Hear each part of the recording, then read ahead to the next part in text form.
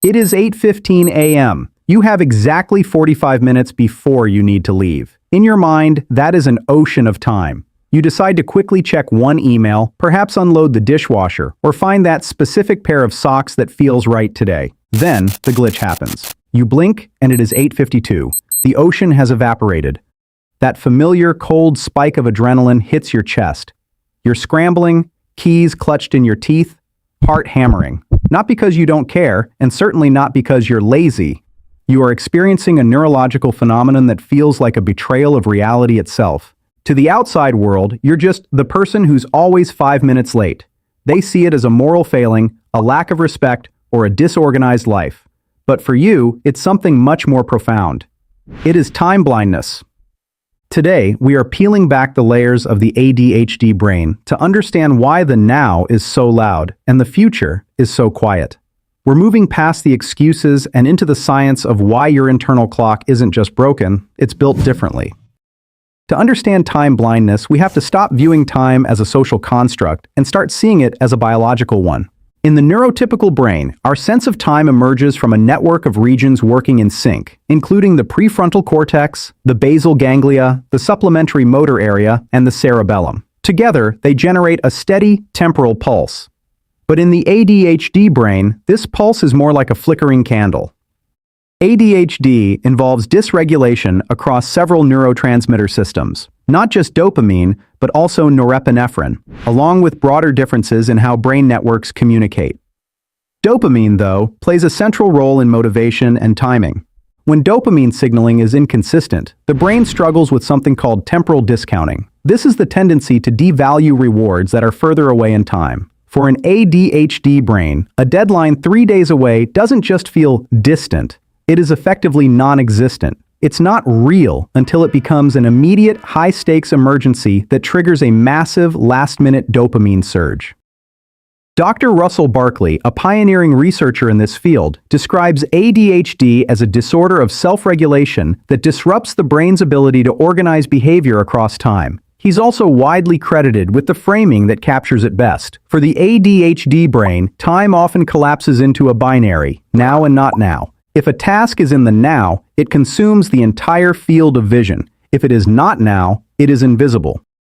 A 2022 meta-analysis by Zhang and colleagues, looking at thousands of participants, confirmed what adults with ADHD have always felt in their bones. Significant, consistent deficits in time perception. People with ADHD perceived time less accurately, less precisely, and were more likely to overestimate how much had passed. A separate 2021 meta-analysis published in the Journal of the American Academy of Child and Adolescent Psychiatry found similar perceptual timing differences with moderate effect sizes. This isn't a lack of character, it's a thinning of what researchers call the temporal window. Where a peer might be comfortably looking down the highway of next week, you are often working with the visibility of the next bend in the road. Let's look at how this science manifests in the messy, beautiful, frustrating reality of daily life. The waiting mode, paralysis. You have a dentist appointment at 2 p.m. It's currently 10:30 a.m. Theoretically, you have 3.5 hours to be productive, but you can't. You feel stuck on the couch, unable to start any task because the upcoming appointment looms like a giant wall. This is executive function congestion. Because the ADHD brain struggles to sequence how long getting ready actually takes, it compensates by shutting down. You stay in waiting mode to ensure you don't miss the 2 p.m. slot, sacrificing your entire morning to the god of punctuality. It's an exhausting way to live, feeling like a prisoner to a clock you can't even read correctly. The hyperfocus time warp. You sit down to research a new hobby at 9 p.m. You feel like you've been reading for 20 minutes. You look up, and the sun is beginning to peek through the blinds. 7 hours have vanished. When the ADHD brain enters hyperfocus, it slips into a state of flow that appears to disrupt normal time monitoring. Researchers have noted that emotionally engaging or highly stimulating tasks can actually sharpen short-term time estimation in the moment, but at a steep cost. The global sense of how much time has passed evaporates entirely. Hyperfocus is a superpower, but it's one that charges a heavy tax on your sleep and your sanity. The 5-minute illusion. You're walking out the door when you see a pile of mail. I'll just sort this. It'll take 30 seconds. you think. 10 minutes later, you're shredding old bank statements. This is a failure of gross time estimation. The ADHD brain lacks the buffer that neurotypical brains use to account for transitions.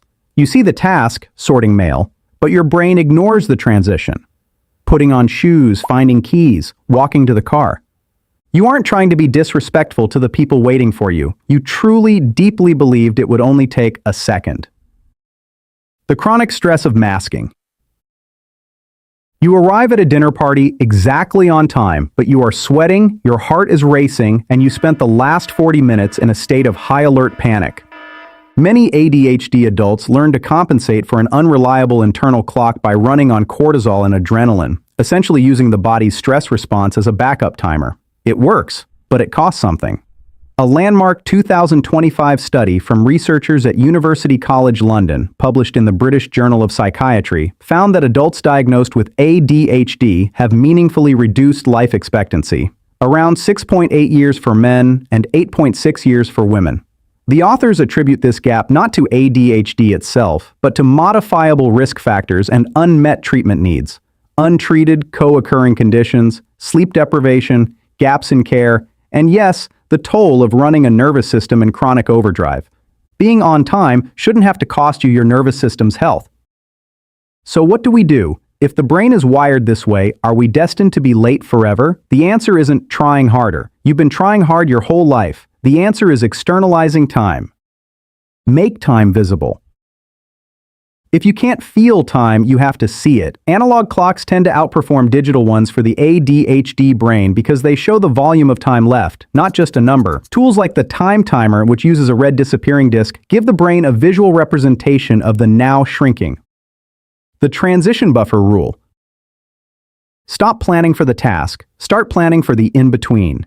If it takes 20 minutes to drive somewhere, the ADHD brain needs a buffer for the now/not now glitch.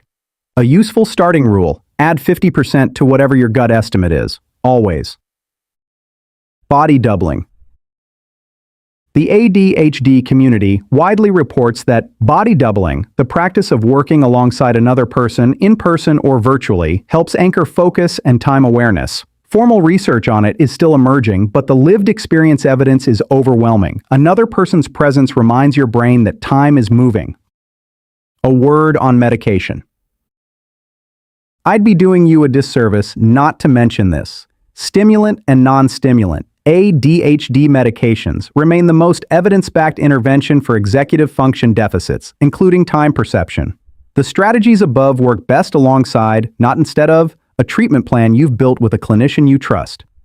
Having ADHD time blindness is like being expected to navigate a city without a map, while everyone else has GPS built into their retinas. When you are 5 minutes late, or when you lose an afternoon to a rabbit hole, the world might call it a mistake. I want you to call it a data point. Understanding the neurology of your brain isn't about making excuses. It's about finally having the right tools to build a life that fits you. You are not broken. You are navigating a world designed for linear clocks with a brain that sees the infinite. Be patient with your now. The future will be there when you arrive, even if it's 5 minutes later than you planned.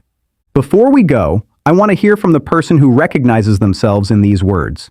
Perhaps it's a story of a missed flight that felt like a heartbreak, or that specific waiting mode ritual you perform before a simple lunch date. Or maybe you found a unique, creative way to anchor yourself to the present.